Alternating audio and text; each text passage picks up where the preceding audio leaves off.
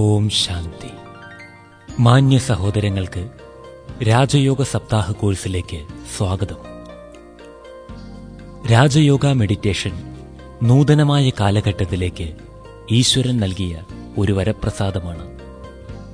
എങ്ങനെയാണോ ശാരീരിക വ്യായാമങ്ങളിലൂടെ ശരീര ആരോഗ്യം വർദ്ധിക്കുന്നത്, അതുപോലെ മനസ്സിന് ചിട്ടയായ വ്യായാമം നൽകുന്നതിലൂടെ മാനസിക ആരോഗ്യവും ഊട്ടിയുറപ്പിക്കുവാനാകും. മനസ്സിലെ ചിന്തകളെയും ഭാവനകളെയും ശരിയായ ദിശയിലേക്ക് ഏകാഗ്രമാക്കി ആത്മാവിൽ അന്തർലീനമായിരിക്കുന്ന ശക്തിവിശേഷങ്ങളെ ഉണർത്തിയെടുക്കുവാനാകും. അതിന്റെ ഫലമായി ടെൻഷൻ, നിരാശ, ഭയം, മുൻകോപം, അലസത, ആസക്തി എന്നിവ അകന്നുപോകുന്നു. ലഹരി ഉപയോഗശീലങ്ങളിൽ നിന്നും എളുപ്പത്തിൽ മുക്തമാകുന്നു. ശിഥിലമായ വ്യക്തിബന്ധങ്ങൾ വീണ്ടും യോജിക്കപ്പെടുന്നു. കൂടാതെ കർത്തവ്യങ്ങൾ പൂർവാധികം ഭംഗിയായി ചെയ്തുകൊണ്ടും ശാന്തമായ ഒരു മനസ്സിനുടമയാകുവാനും സാധിക്കും. ബ്രഹ്മകുമാരീസ് ഈശ്വരീയ വിശ്വവിദ്യാലയത്തിൽ നിന്നും രാജയോഗം പരിശീലിച്ച് ജീവിതത്തെ പരിവർത്തനം ചെയ്ത ലോകമെമ്പാടുമുള്ള ലക്ഷക്കണക്കിന് സഹോദരങ്ങൾ നിങ്ങളെ മാടി വിളിക്കുകയാണ്. വരൂ, സ്വയം നന്മകളെ സ്വാംശീകരിച്ച് ലോകത്തിലേക്ക് നന്മയുടെ സുഗന്ധം പരത്തുവാൻ ഈ മഹായജ്ഞത്തിൽ പങ്കാളികളാകൂ.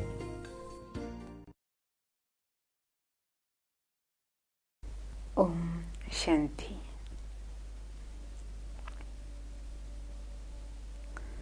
രാജയോഗ സപ്താഹത്തിൻ്റെ ലാസ്റ്റ് ഭാഗങ്ങളിലേക്ക് നമുക്ക് എത്തിച്ചേരാം. ഞാൻ ആരാണ്? ഈശ്വരൻ ആരാണ്?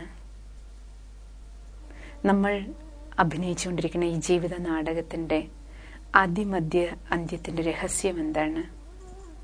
മെഡിറ്റേഷൻ ചെയ്യാൻ നമുക്ക് എന്തൊക്കെ പ്രിപ്പറേഷൻസ് ആവശ്യമുണ്ട്? ഏത് തരത്തിലുള്ള ധാരണകൾ നമുക്കുണ്ടായിരിക്കണം ജീവിതത്തിൽ? ഫുൾ ഡേ നമ്മുടെ ദിനചര്യ എങ്ങനെയിരിക്കണം? ഈ കാര്യങ്ങളെക്കുറിച്ചെല്ലാം നമ്മൾ ചില കാര്യങ്ങൾ ഷെയർ ചെയ്തു. ഇത് ആധ്യാത്മിക ജ്ഞാനം നിങ്ങൾക്കറിയാം, സാഗര സമാനമാണ്. ബാക്കി അതിനെ കുറേശ്ശെ കൈക്കുമ്പിളിൽ കോരിയെടുക്കുന്ന ഒരു കാര്യമേ നമ്മൾ ഇതുവരെ ചെയ്തുകൊണ്ടിരിക്കണുള്ളൂ.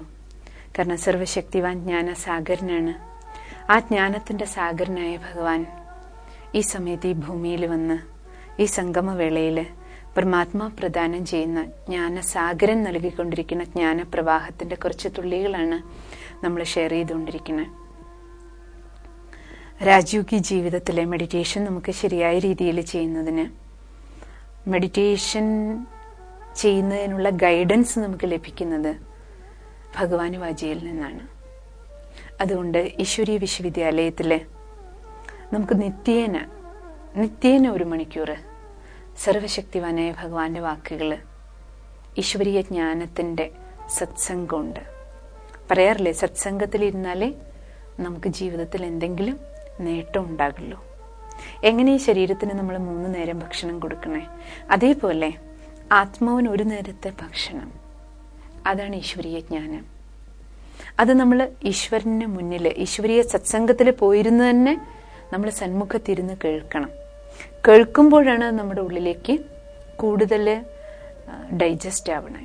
എത്ര തന്നെ പുസ്തകങ്ങൾ നമ്മൾ വായിച്ചാലും, ആത്മീയ വിഷയങ്ങൾ നിറഞ്ഞ പുസ്തകങ്ങൾ നമ്മൾ എത്ര തന്നെ പഠിച്ചാലും, സ്വയം പഠിക്കുമ്പോൾ നമ്മൾക്ക് ഉണ്ടാകുന്ന എഫക്റ്റും അതേ മഹാവാക്യങ്ങൾ, കാര്യങ്ങൾ നമുക്ക് സന്മുഖത്തിരുന്ന് കേൾക്കുമ്പോൾ, സത്സംഗത്തിലിരുന്ന് കേൾക്കുമ്പോൾ ഉണ്ടാകുന്നതും തമ്മിലുള്ള അന്തരം വളരെ വലുതാണ്. രാത്രിയും പകലും പോലുള്ള വ്യത്യാസം ഉണ്ടാകും. അതുകൊണ്ട് ഈശ്വരീയ വിശ്വവിദ്യാലയത്തിൽ നോ ഹോളിഡേയ്സ്, അവധി ദിനങ്ങളേ ഇല്ല. നമുക്ക് എല്ലാ ദിവസവും 1 മണിക്കൂർ നമ്മൾ അവധിയെടുത്താൽ മാത്രമേ ഉള്ളൂ. ഈ 7 ദിവസത്തെ കോഴ്സ് ഒരു പ്രിലിമിനറി ആയിട്ട്, അടിസ്ഥാനപരമായിട്ട് ചില കാര്യങ്ങൾ നമുക്ക് മനസ്സിലാക്കാനുള്ള ക്ലാസ്സുകൾ മാത്രമാണ്. യഥാർത്ഥത്തിൽ ഈശ്വരീയ മഹാവാക്യങ്ങൾ ഇനിയാണ് നമ്മൾ കേൾക്കാൻ പോണത്. ഈ 7 ദിവസത്തെ കോഴ്സിന് ശേഷം നമ്മൾ കേൾക്കുന്നത് ഡയറക്റ്റ് ഭഗവാന്റെ മഹാവാക്യങ്ങളാണ്. ആ പരം ജ്യോതി പരമാത്മാ പിതാവ്, നമ്മൾ സർവാത്മാക്കളുടെയും നാഥൻ, ജ്ഞാനത്തിൻ്റെ സാഗരൻ, പതിത പാവനനായ ഭഗവാൻ നമുക്ക് നൽകുന്ന ഈശ്വരീയ ജ്ഞാനം ദിവസം 1 മണിക്കൂർ നമ്മളെല്ലാവരും പഠിക്കുക. നമ്മളെല്ലാവരും ഈശ്വരീയ വിദ്യാർത്ഥികളായിട്ട് പഠിക്കുകയാണ്. ഭഗവാനിൽ നിന്ന് പഠിച്ചുകൊണ്ടിരിക്കുകയാണ്. സിസ്റ്റം നിങ്ങളെപ്പോലെ പഠിക്കുന്ന ഒരു ഈശ്വരീയ വിദ്യാർത്ഥി മാത്രമാണ്. ദിവസവും ഈശ്വരന് മുന്നിലിരുന്ന് പഠിക്കുക. പഠിക്കുന്ന കാര്യങ്ങളെ നമ്മൾ ഷെയർ ചെയ്യുക. പഠിക്കുന്ന കാര്യങ്ങൾ ഉപയോഗിച്ച് നമ്മൾ നമ്മുടെ ജീവിതത്തിൽ ഓരോ കാര്യങ്ങളിൽ പരിവർത്തനം കൊണ്ടുവരിക. കാരണം നമ്മുടെ കലിയുഗത്തിന്റെ ലാസ്റ്റ് ജന്മമാണ്. നമ്മൾ പറഞ്ഞുവല്ലോ, 63 ജന്മത്തെ വികർമ്മങ്ങളുടെ വികല സംസ്കാരങ്ങൾ നമ്മളിൽ എല്ലാവരിലും ഉണ്ട്. അപ്പൊ നമുക്ക് അത്രയും മാറ്റം ഉണ്ടാകണമെങ്കിൽ, ഇത്രയും ഡീപ്പ് റൂട്ടഡ് ആയിട്ടുള്ള വളരെ ആഴത്തിൽ പതിഞ്ഞു പോയ ചില സംസ്കാരങ്ങൾ, സ്വഭാവങ്ങൾ നമ്മളിൽ എല്ലാവരിലും വളരെ പഴകിയതായിട്ട് ആഴത്തിൽ പതിഞ്ഞു കിടപ്പുണ്ട്. അപ്പൊ അതിലെല്ലാം നമുക്ക് മാറ്റം കൊണ്ടുവന്നിട്ട് നമ്മളുടെ ആ ഒറിജിനൽ സംസ്കാരം, ആത്മാവിന്റെ ഒറിജിനാലിറ്റി ഏതാണ്? നമ്മൾ പറഞ്ഞ 7 ഗുണങ്ങൾ, ആ ദൈവീക സംസ്കാരത്തിനെ എമർജ് ചെയ്യുക. ഇതൊരു വലിയ പ്രക്രിയയാണ്, ഒരു പ്രോസസ്സാണ്. വളരെ ഉയർന്ന ഒരു പ്രക്രിയയാണ്. ഒരു ദിവസത്തിന്റെയോ ഒരാഴ്ചയുടെയോ 1 മാസത്തിന്റെ കാര്യമല്ല, നിരന്തര അഭ്യാസത്തിന്റെ കാര്യമാണ്. മാസത്തിൽ 1 ദിവസം സത്സംഗത്തിൽ ഇരുന്നത് കൊണ്ടോ ആഴ്ചയിൽ 1 ദിവസം സത്സംഗത്തിൽ ഇരുന്നത് കൊണ്ടോ നമ്മുടെ ഡീപ്പ് റൂട്ടഡ് ആയിട്ടുള്ള സംസ്കാരങ്ങളിൽ മാറ്റം ഉണ്ടാവില്ല. മാറ്റം ഉണ്ടാകണമെങ്കിൽ നിത്യേന അഭ്യാസം, അതാണ് ഏറ്റവും പ്രധാനം. അതുകൊണ്ട് തന്നെയാണ് ഭഗവാൻ 2 കാര്യങ്ങൾ അർജുനോട് പറയണേ. അർജുന, ഒന്ന് അഭ്യാസം, മറ്റൊന്ന് വൈരാഗ്യം. ഇത് രണ്ടുമേ നിന്നെ യോഗ്യനാക്കി തീർക്കുള്ളൂ. അതുകൊണ്ട് അഭ്യാസം നമുക്ക് എല്ലാവർക്കും വേണം. പല കാര്യങ്ങളും നമുക്കറിയാം, പക്ഷെ നമ്മൾ അഭ്യസിക്കാറില്ല. അതുകൊണ്ട് നമുക്ക് ജീവിതത്തിൽ പരിവർത്തനം ഉണ്ടാകണില്ല. മറ്റൊന്ന് വൈരാഗ്യം, വേറിടാനുള്ള അവസ്ഥ. ഈ ദേഹത്തിൽ നിന്ന് വേറിട്ട ആത്മാവാണ് ഞാൻ. ആത്മാവ് ശരീരത്തിലുണ്ട്, ഈ അറിവ് നമുക്കുണ്ട്. പക്ഷെ ഞാൻ ആത്മാവാണെന്നുള്ള ബോധം, ശരീരബോധത്തിൽ നിന്ന് വേറിടാനുള്ള പ്രാക്ടീസ്, ഇതെല്ലാം നമുക്ക് ജീവിതത്തിൽ ഏറ്റവും പ്രധാന. ജീവിത നാടകത്തെക്കുറിച്ച് അറിഞ്ഞു നമ്മൾ മനസ്സിലാക്കി 5000 വർഷത്തെ നാടകം നമ്മുടെ ഓരോരുത്തരുടെയും പാർട്ട് ഇതിൽ ഫിക്സ് ആണ്. അത് 5000 വർഷത്തിന് ശേഷം തനിയാവർത്തനം നടക്കുകയാണ്. പക്ഷെ ആ ആവർത്തനം നടക്കുന്ന സമയത്ത് നമ്മൾ ഓരോ കാര്യങ്ങൾ ചെയ്യുമ്പോഴും, ഇപ്പൊ ഞാനിപ്പോ ഒരു കാര്യം ചെയ്യാൻ പോവാണ്, ഒരു വളരെ ബുദ്ധിമുട്ടുള്ള ഒരു കാര്യമാണ് എനിക്ക് മുന്നിൽ ചെയ്യേണ്ടി വരുന്നത്. പക്ഷെ നമ്മുടെ മനസ്സിൽ ആ സമയത്ത് ഈ ഈശ്വരീയ ജ്ഞാനത്തിന്റെ അവബോധം ഉണ്ടെങ്കിൽ, ഇത് ഞാൻ ആദ്യമായിട്ട് ചെയ്യുന്ന കാര്യമല്ല, ആത്മാവില് സംസ്കാരമുണ്ട്. ഓരോ 5000 വർഷത്തിലും ഇതേ സമയം നാടകത്തിലെ ഇതേ റോള്, ഈ കാര്യം ഞാൻ ചെയ്തിട്ടുണ്ട്, ഞാൻ വിജയിയായിട്ടുണ്ട്. ആദ്യമായിട്ട് ഞാൻ ഈ കാര്യം ചെയ്യല്ല. കാരണം ഏത് കാര്യവും ചെയ്യാനുള്ള തോട്ട് നമ്മുടെ മനസ്സിൽ നല്ല വരണേ. അപ്പൊ എന്റെ അർത്ഥം എന്താ? ആത്മാവിൽ ഇത് റെക്കോർഡഡ് ആയിട്ടുണ്ട്. പുതിയതായിട്ടല്ല നമ്മൾ ചെയ്യണേ, നത്തിങ് ന്യൂ. ഇതെല്ലാം നമുക്ക് പ്രാക്ടീസിൽ വരണം. സമയത്ത് ഈശ്വരീയ ജ്ഞാന ബിന്ദുക്കളെ നമുക്ക് ഉപയോഗപ്പെടുത്താൻ പറ്റണം. അപ്പോഴേ അതാത് സാഹചര്യങ്ങളെ നമുക്ക് അതിജീവിച്ച് വിജയിയായിട്ട് മുന്നോട്ട് പോകാൻ കഴിയും. ഈശ്വരീയ വിശ്വവിദ്യാലയത്തിലെ ഭഗവാൻ നമുക്ക് ടീച്ചറായിട്ട് നിത്യേന ഈ ജ്ഞാനയോഗത്തിന്റെ അഭ്യാസം നമുക്ക് നൽകുന്നുണ്ട്. അതുകൊണ്ട് നിത്യേനയുള്ള സത്സംഗമാണ് നമ്മുടെ ജീവിതത്തിൽ എന്തെങ്കിലും മാറ്റത്തിന് നമ്മളെ സഹായിക്കണം. അപ്പൊ സത്സംഗത്തിലിരുന്ന് ജ്ഞാന മുരളി എന്നാ പറയാ. ഈശ്വരന്റെ മഹവാക്യങ്ങള് അത് മുരളീനാഥം പോലെയാണ്. ആത്മാവാകുന്ന ഗോപികയ്ക്ക് കിട്ടുന്ന ആനന്ദ നൃത്തം ചെയ്യാൻ സഹായിക്കുന്ന മുരളീനാഥമാണ് ഭഗവാന്റെ മഹവാക്യങ്ങള്. എപ്പോഴാണോ പരമാത്മാ പിതാവിൽ നിന്ന് ആ മഹവാക്യങ്ങൾ നമ്മൾ കേൾക്കണം, ജ്ഞാന മുരളീരവം നമ്മുടെ കാതുകളിലേക്ക് പതിയുന്ന, അത് കാതുകളിൽ പതിഞ്ഞ് നമ്മുടെ മനസ്സ്, ബുദ്ധി അതിനെ ശേഖരിച്ച് സൂക്ഷിക്കാൻ ആരംഭിക്കണേ. അത് സ്റ്റോർ ആകുന്നതിനനുസരിച്ച് നമ്മുടെ സംസ്കാരത്തിലെ പരിവർത്തനം ഉണ്ടാകും. അപ്പൊ ആ ജ്ഞാന മുരളീരവം ആത്മാവില് ആനന്ദ നൃത്തം ഉണ്ടാക്കും. സംസ്കാര പരിവർത്തനത്തിന് നമ്മളെ സഹായിക്കും. മെഡിറ്റേഷൻ ചെയ്യുമ്പോൾ അത് നമ്മുടെ മനോബലം വർദ്ധിക്കും. ജ്ഞാനവും യോഗവും കൂടി ചേരുമ്പോൾ മാറ്റത്തിന്റെ പ്രക്രിയ ആരംഭിക്കും. പക്ഷെ അത് നിത്യേന വേണം. അതുകൊണ്ട് ഈശ്വരീയ വിശ്വവിദ്യാലയത്തില് ഈ 7 ദിവസത്തെ അടിസ്ഥാന കോഴ്സിന് ശേഷം നമുക്ക് എല്ലാവർക്കും എല്ലാ ദിവസവും 1 മണിക്കൂർ ഈശ്വരീയ ജ്ഞാനം ക്ലാസ്സുകൾ അറ്റൻഡ് ചെയ്യാം, മെഡിറ്റേഷൻ പ്രാക്ടീസ് ചെയ്യാം, എല്ലാം ഫ്രീ ഓഫ് കോസ്റ്റ് ആയിട്ട്. അതായത് ഭഗവാൻ നൽകുന്ന ജ്ഞാനം, ഇവിടെ ഈശ്വരനാണ് നമ്മുടെ ടീച്ചർ. അതുകൊണ്ട് ഭഗവാൻ ഈ ജ്ഞാനം നമുക്ക് പ്രദാനം ചെയ്യുന്നത് സൗജന്യമായിട്ടാണ്. കാരണം ഭഗവാൻ തന്റെ മക്കളിൽ നിന്ന് ഫീസ് വാങ്ങിയിട്ടല്ല ഇത് ചെയ്യണേ. അതുകൊണ്ട് യാതൊരു പൈസയുടെ ചെലവും ഇല്ലാതെ, യാതൊരു ജാതിമത വ്യത്യാസവും ഇല്ലാതെ, പ്രായഭേദവും ഇല്ലാതെ, പണ്ഡിത പാമര വ്യത്യാസം ഇല്ലാതെ എല്ലാവർക്കും എല്ലാവർക്കും ഈ ഈശ്വരീയ ജ്ഞാന ക്ലാസ്സുകളിൽ പങ്കെടുക്കാം. ഭഗവാൻ നൽകുന്ന ഈ ജ്ഞാനത്തെ സ്വീകരിച്ച് ജ്ഞാനാമൃതം കുടിച്ച് തൻ്റെ ജീവിതത്തിലെ പരിവർത്തനം കൊണ്ടുവരാൻ കഴിയും. നിങ്ങൾക്ക് ഏവർക്കും ഈ ജ്ഞാനാമൃതം കുടിക്കാൻ ഭഗവാൻ ജ്ഞാനാമൃതം തന്നിരിക്കാൻ വേണ്ടി വന്നിരിക്കുക, തരാൻ വേണ്ടി വന്നിരിക്കുകയാണ്. ഭഗവാൻ തന്നുകൊണ്ടിരിക്കുകയാണ്. നമ്മുടെ ജന്മജന്മാന്തര ഭക്തിയുടെ ഫലമായിട്ടാണ് ഭഗവാൻ ഇപ്പോൾ എത്തിയിരിക്കുന്നത്. ഈശ്വരനെ നമ്മൾ എത്ര കാലം കൊണ്ട് വിളിച്ചു, ഭഗവാനെ വരൂ, പതിത പാവന വരൂ, ഞങ്ങളെ പാവനാക്കി മാറ്റൂ. നമ്മുടെ വിളിയുടെ ഫലമായിട്ട് ഭക്തിയുടെ ഫലം തരാൻ പരമാത്മ വന്നിരിക്കുന്ന സമയമാണിത്. ഭഗവാൻ ജ്ഞാനം തരികയാണ്. എന്നിട്ട് പറയാണ്, പതിത കർത്തവ്യങ്ങൾ നിങ്ങൾ അവസാനിപ്പിക്കൂ, വികാരി പ്രവർത്തനങ്ങൾ അവസാനിപ്പിക്കൂ, വികാരങ്ങളാകുന്ന വിഷം കളയും. അപ്പോഴേ ദൈവിക സംസ്കാരം ഉയർത്താൻ പറ്റൂ. പക്ഷെ ആ വിഷത്തിൽ നിന്ന് മുക്തി ഉണ്ടാകണമെങ്കിലോ ആത്മാവാണെന്നുള്ള ബോധത്തിലേക്ക് വരാനുള്ള അഭ്യാസം നമുക്ക് വേണം. ശരീരമല്ല, ഞാൻ ആത്മാവാണ്. ആത്മബോധത്തിലേക്ക് വരുമ്പോഴേ ആത്മീയ ഗുണങ്ങളിലേക്ക് വരൂ. ഇതുവരെ ശരീരബോധത്തിലിരിക്കുന്ന വികാരങ്ങളോടാണ് ആകർഷണം. ആത്മബോധത്തിലേക്ക് വരുമ്പോൾ ആത്മീയ ഗുണങ്ങളോട്, ദൈവിക സംസ്കാരങ്ങളോടുള്ള ആകർഷണം, ആ സംസ്കാരം എമർജാകാൻ തുടങ്ങും. അതുകൊണ്ട് ഇതൊരു സമയമാണ് നമുക്ക് ഓരോ നരനും നാരായണനെ പോലെ, ഓരോ നാരിക്കും ശ്രീലക്ഷ്മിയെ പോലെ ആയിത്തീരാൻ കഴിയും. കാരണം നമ്മൾ ദൈവാത്മാക്കള, ദൈവിക സംസ്കാരം നമ്മളിൽ ഓരോരുത്തരിലും മർജായിട്ട് കിടപ്പുണ്ട്. നമ്മുടെ സത്യമായ സ്വഭാവം, സംസ്കാരം, natural nature of the soul എല്ലാം പോസിറ്റിവിറ്റിയാണ്. അതുകൊണ്ട് ഇതൊരു സമയമാണ് വീണ്ടും നമുക്ക് നമ്മുടെ നന്മകളിലേക്ക് തിരിച്ചു പോകാനുള്ള സമയം. നന്മകളെ എമർജ് ചെയ്യാനും തിന്മകളെ മെർജ് ചെയ്യാനുള്ള ടൈമാണ്. പറയാറില്ല, നമ്മുടെ മനസ്സിലൊരു പാണ്ഡവ കൗരവ യുദ്ധം നടക്കുക, ദേവാസുര യുദ്ധം നമ്മുടെ ഓരോരുത്തരുടെയും മനസ്സിലാണ് നടക്കണേ. അപ്പൊ ഈ യുദ്ധത്തിൽ നമുക്ക് ദേവന്മാരെ ജയിപ്പിക്കണം, അസുരന്മാരെ തോൽപ്പിക്കണം. അർത്ഥം ദൈവിക ഗുണങ്ങളെ വിജയിപ്പിക്കണം, ആസുരിക സ്വഭാവ സംസ്കാരങ്ങളെ നമുക്ക് മെർജ് ചെയ്യണം. അതിനുള്ള ടൈമാണിത്. അപ്പൊ ഈ പ്രക്രിയയിൽ ഡെയിലി നമുക്ക് ദിനചര്യ നോക്കിയാൽ അതിരാവിലെ എഴുന്നേക്കുക, അത് നമ്മുടെ ശീലാക്കണം. ബ്രഹ്മമുഹൂർത്തത്തിൽ എഴുന്നേക്കുക, 1/4 മണിക്കൂറെങ്കിലും ദിവസവും രാവിലെ 4 മണിക്കെങ്കിലും എഴുന്നേറ്റ് 1/2 മണിക്കൂർ അല്ലെങ്കിൽ 3/4 മണിക്കൂർ കുടുംബത്തിൽ എല്ലാവരും ചേർന്ന് ചെയ്യുകയാണെങ്കിൽ മെഡിറ്റേഷൻ ചെയ്യുന്നത് വളരെ നല്ലതാ. നമ്മുടെ വീടിനും നല്ലതാ, ഓരോരുത്തർക്കും നല്ലതാ, നമ്മളിരിക്കുന്ന നാടിനും നല്ലതാണ്.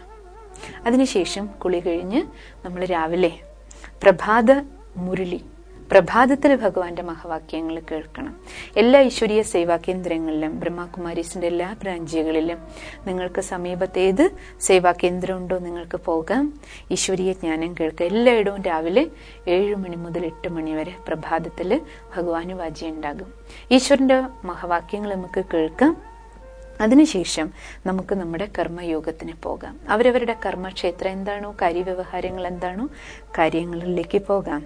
കാര്യക്ഷേത്രത്തിലേക്ക് പോകുമ്പോഴും ഇടയിലിടയിൽ ഫുൾ ഡേ അവരവരുടെ ജോലിക്കിടയിലും നമുക്ക് നമ്മുടെ മനസ്സിലെ ചിന്തകളുടെ ട്രാഫിക്കിനെ ഒന്ന് കൺട്രോൾ ചെയ്യാൻ വേണ്ടി ഓരോ 1 മണിക്കൂറിലും 1 മിനിറ്റ്, 2 മിനിറ്റ് അല്ലെങ്കിൽ 3 മിനിറ്റ് എന്ത് ജോലി ചെയ്തുകൊണ്ടിരിക്കണോ ചെയ്യുന്ന ജോലി നിർത്തിവെച്ചിട്ട് 2-3 മിനിറ്റ് നമ്മുടെ ഉള്ളിലെ ശ്രേഷ്ഠ വിചാരങ്ങൾ കൊണ്ടുവരാം.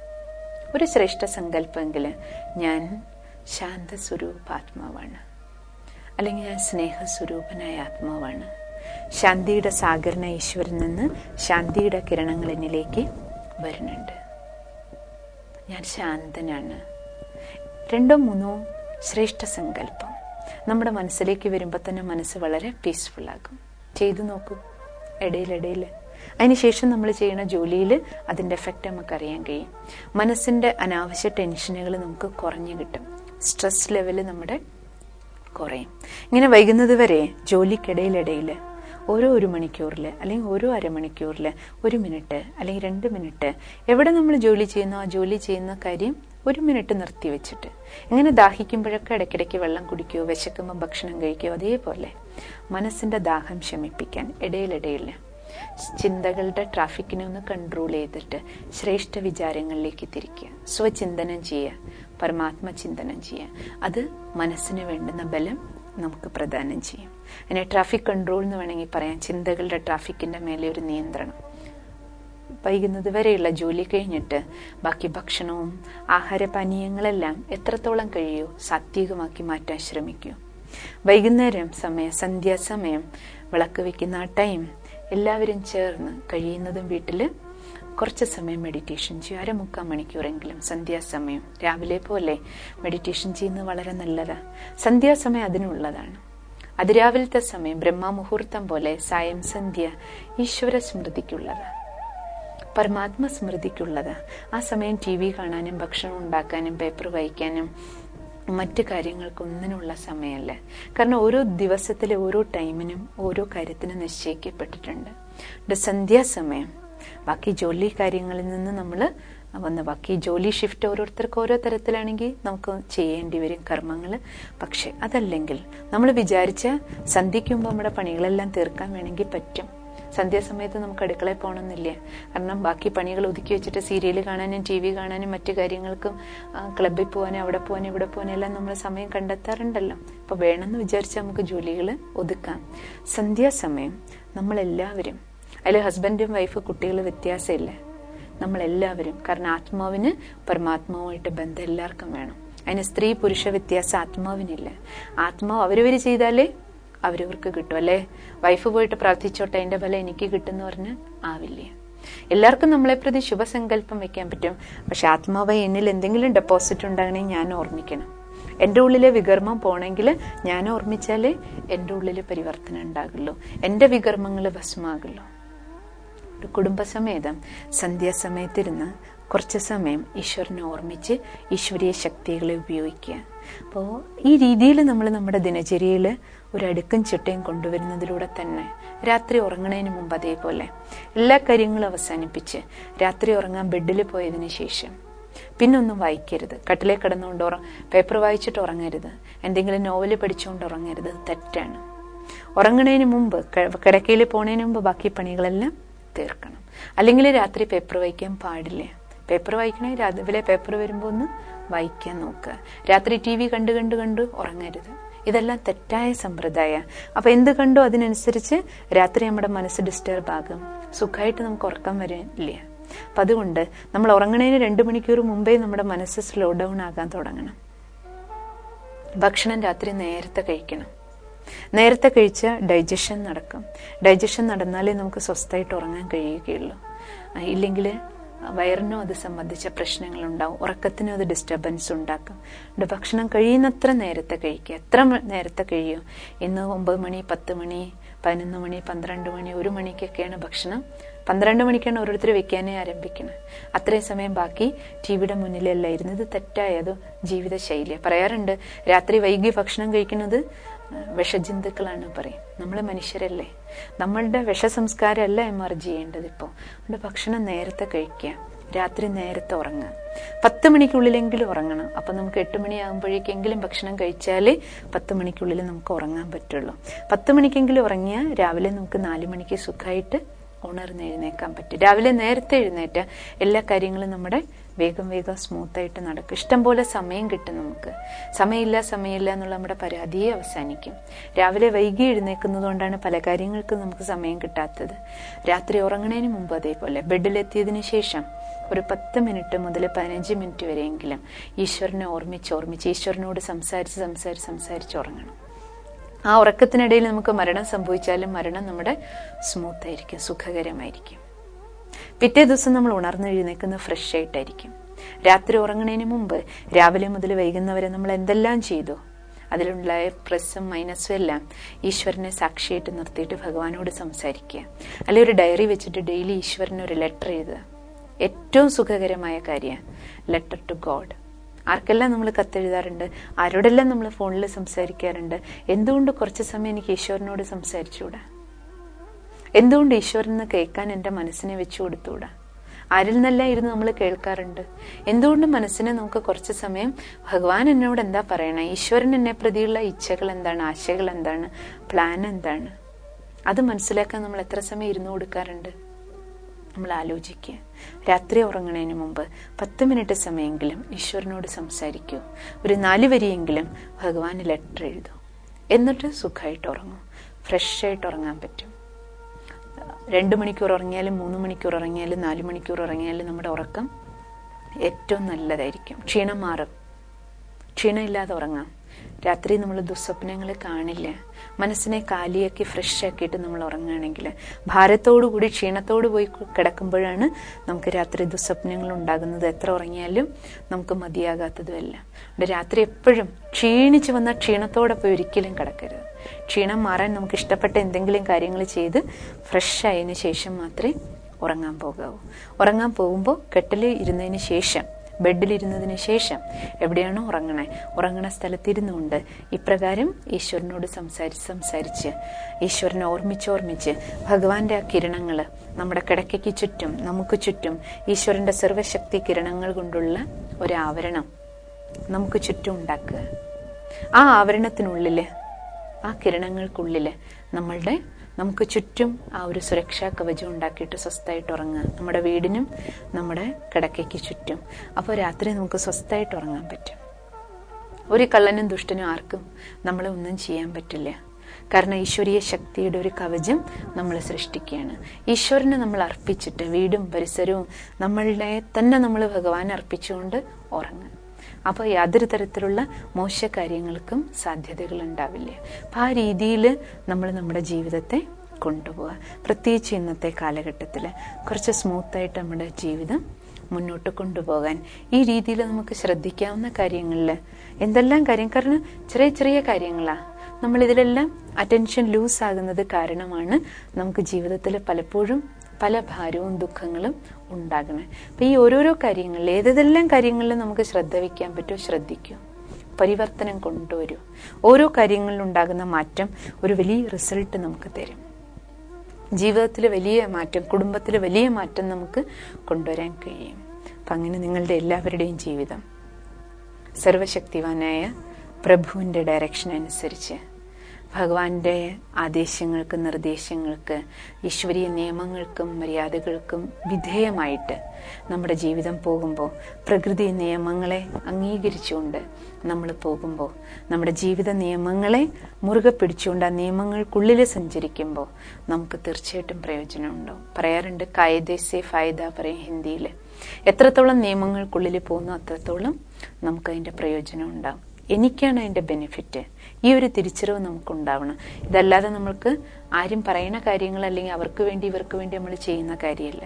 ഇങ്ങനെ വിചാരിക്കേണ്ട, അയ്യോ അവിടെ പോയി അങ്ങനെ ചെയ്യേണ്ടി വരും, ഇങ്ങനെ ചെയ്യേണ്ടി വരും. എനിക്കെന്ത് വേണം, എനിക്കെൻ്റെ ജീവിതത്തിൽ ഏത് തരത്തിലുള്ള മാറ്റം കൊണ്ടുവരണോ അതിനനുസരിച്ച് നമുക്ക് പരിവർത്തനം ഉണ്ടാകുള്ളൂ. പറയാറില്ലേ, ഡോക്ടർ മരുന്ന് തരും അസുഖമായിട്ട് ചെല്ലുമ്പോൾ, മരുന്നിനോടൊപ്പം പഥ്യവും പറയും. മരുന്ന് മാത്രം കഴിച്ചാൽ അസുഖം മാറില്ല, പഥ്യവും കൂടി പാലിച്ചാലേ അസുഖം മാറും. അതേപോലെ നമ്മുടെ പല രോഗങ്ങളും, മനസ്സിൻ്റെ രോഗങ്ങൾ, ദുഃഖവും അശാന്തിയും ടെൻഷനും ദേഷ്യവും അസൂയയും വിദ്വേഷവും, ഈ രോഗങ്ങൾക്കുള്ള പരിഹാരം ഭഗവാൻ നമുക്ക് മരുന്ന് തരുന്നുണ്ട്, ജ്ഞാനം. അതിനോടൊപ്പം നമ്മളോട് പറയുന്നത് നിങ്ങൾ പഥ്യവും കൂടി പാലിക്കൂ, ജീവിത മര്യാദകളിലൂടെ പോകൂ, ജീവിത നിയമങ്ങളിലൂടെ സഞ്ചരിക്കൂ. അത് നമ്മുടെ പഥ്യമാണ്. ഇത് രണ്ടും കൂടി ചേരുമ്പോഴാണ് നമുക്ക് നമ്മുടെ ജീവിതത്തിൽ നമ്മുടെ വ്രണങ്ങളെ, മനസ്സിലുണ്ടായിക്കൊണ്ടിരിക്കുന്ന വ്രണങ്ങളെ, മുറിവുകളെ നമുക്ക് ഉണക്കാൻ കഴിയുന്നത്, സുഖപ്പെടുത്താൻ കഴിയുന്നത്, മനസ്സിനെ രോഗങ്ങളിൽ നിന്ന് നമുക്ക് മുക്താക്കാൻ കഴിയുന്നത്. അങ്ങനെ ശരീരവും മനസ്സും ആരോഗ്യമുള്ളതായിട്ട് നമുക്ക് ഇന്നത്തെ ഈ കലിയുഗത്തിൻ്റെ ലാസ്റ്റ് കാലഘട്ടത്തിലൂടെ കടന്നു പോകുമ്പോൾ ഈ കാലഘട്ടത്തിനെ അതിജീവിച്ച് മുന്നോട്ട് പോകാൻ, കാലഘട്ടത്തിൻ്റെതായ സാഹചര്യങ്ങളെല്ലാം ഫേസ് ചെയ്യാനുള്ള ഒരു പവർ, ശക്തി ഇന്നത്തെ ലോകത്തിൽ, ഇന്നത്തെ കുടുംബജീവിതത്തിലെ സാഹചര്യങ്ങൾക്കുള്ളിലിരിക്കെ നമുക്കെല്ലാവർക്കും സർവശക്തിവാന്റെ സംരക്ഷണയിൽ, ഈശ്വരീയ ജ്ഞാനത്തിൻ്റെ ആധാരത്തിൽ ഒരു ജീവിതം ചിട്ടപ്പെടുത്താൻ കഴിയട്ടെ എന്ന ശുഭസങ്കല്പത്തോടുകൂടി ഓം ശാന്തി. മാനവ മനസ്സിന് മാല്യമേകാൻ മാലിയാം ശിവനീ ഭൂവിൽ വന്നു.